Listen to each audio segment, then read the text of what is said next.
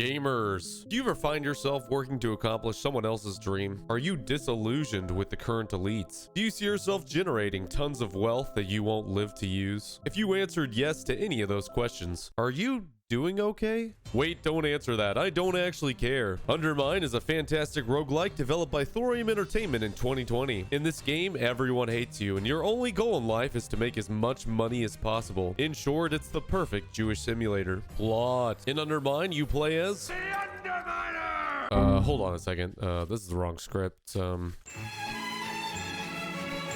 In Undermine, you play as a series of lowly commoners, ordered to descend deep into the mines and retrieve 5 typical Mario things, which will predictably lead to a final boss. Look, if I'm trivializing the plot, that's cause it's a roguelike. These games are all about the journey and not necessarily the destination. As you descend deeper into the mines, you'll discover other unlucky denizens waiting for rescue. After rescuing them, they'll return to the starting hub area, where they'll upgrade your equipment or buff your character for a fee. After beating the game, the old white guy gets replaced with a Dommy Mommy, and I think we can all agree that's an improvement. Gameplay. Unlike another roguelike I've covered on this channel, Undermine is extremely punishing. You know you need to buckle up when the devs have an achievement for dying 100 times. Despite the punishing nature of this game, you can still become overpowered. Understanding the enemies and boss attack patterns will get you a little farther each time, but your real upgrades will come from relics and blessings you discover. There are also ways I'll reveal later in this video to maximize the hidden rooms, relics, and items you discover. Most of the relics hidden throughout the mines are verifiably goated with the sauce. Undermine perfectly captures the exhilaration of going from a terrified commoner to a god among men. To maximize each playthrough, you'll want to acquire every bomb, key, and scrap of gold you run across, which brings me to these unsightly abominations. The pilfers are like a cute version of the IRS. They only appear to get their grubby little hands on every piece of gold you dig up, and they'll never stop. I'm actually convinced the pilfers are immortal. Smacking them doesn't kill them. It just makes them back off until the next fiscal year. Each section of the Undermine contains unique enemies, unique art styles, 4 floors, and a boss room. Each floor will always have a shop, a relic room, and 3 hidden areas. 2 of the hidden areas are other rooms on the same floor, and the 3rd hidden area will be underneath a boulder. Later in the game, you'll unlock blessings that can buff every aspect of your character, such as your swing speed, swing damage, throw speed, and throw damage, to name a few. These blessings come at the cost of a minor curse, but those curses are relatively easy to get rid of. I tend to rely on upgrading my swing damage and swing speed, but I've seen streamers prioritize their throw instead. There are potions throughout the game that can allow you to do some crazy stuff. 3 examples of crazy potions include one that will alternate your bombs and keys, another that duplicates your bombs, and a 3rd that will duplicate any items on the ground. Obviously, there are some great ways to exploit these mechanics. Finally, what kind of roguelike would this be without curses? Minor curses apply the opposite effect of a blessing, but major curses can significantly cripple your run. Some items require you to gain curses before you get them, and other items grow stronger the more curses you possess. One of my favorite curses is Momentary Peril. This restricts your health to 1 until the countdown is over. The number only lowers each time you enter a new room. If you can survive until the end of the countdown, you get a free relic.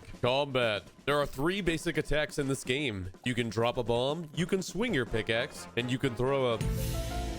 Yeah, I guess this is also your pickaxe. Look, I'm not losing sleep over the physics of this game. Just don't think about it. You also have a jump that gives you invincibility frames. Just make sure you don't accidentally jump off the edge. Each enemy has unique attacks. The bosses are always the same, but there's a hidden boss on the 5th region, and I'm not going to spoil it. Each room could have tons of enemies, traps, and massive holes. Words cannot explain how thrilling it is to enter a new room. 90% of the time, the first 5 seconds into a new room will determine if you live to see another day. The rest of this video is about tips and tricks I wish I'd known when I first started playing this game. To reach godlike levels of power, you're going to need blessings and relics. Since most of these relics are locked away or require gold to purchase, you'll need to maximize the number of keys, bombs, and gold you acquire on each run. Whenever you knock gold on the ground, pilfers will appear to grab it. Occasionally, you'll see a blue pilfer. You always want to attack this pilfer because this pilfer will drop a bomb. Whenever a bomb, mine, or explosive barrier barrel goes off anywhere in a room, it will reveal any hidden rooms connected to your current room. Hidden rooms never contain enemies and usually contain useful items such as blessings, bombs, and keys. So it's in your best interest to find every hidden room on your floor. Some enemies are capable of breaking boulders and opening secret rooms, so you want to exploit this as often as possible. Whenever you see a bomb that requires another bomb to reach it, it's always worth it, because you're not losing any bombs and there's a chance of finding items underneath boulders. This is why the petrified rock is one of my favorite relics. There's nothing more exciting than owning the petrified rock and entering a room filled with boulders. Unlike every other relic in the game, you'll only find the petrified rock underneath other rocks and boulders. So if you have bombs to spare, don't hesitate to start blasting. Whenever you beat the game, you reach a summoning stone. Each summoning stone adds health and damage to the bosses on your next run, but you can adjust this number. If you get tired of the base game, there's also an extra game mode known as the Other Mine. In the Other Mine, all your upgrades go away, and you'll have to discover other upgrades throughout the run. The enemies and the bosses are randomized too, so you never know what ungodly abominations you'll run across. In conclusion, this game is goated, and I absolutely love it. Despite the game nearing its 3-year mark, the devs are still updating it. If y'all want to get your hands on this fantastic game and support the channel, I've got an affiliate link in the description where you can get Steam keys on sale. For my final score, I give this game one maxed out keyblade over a giant pilfer.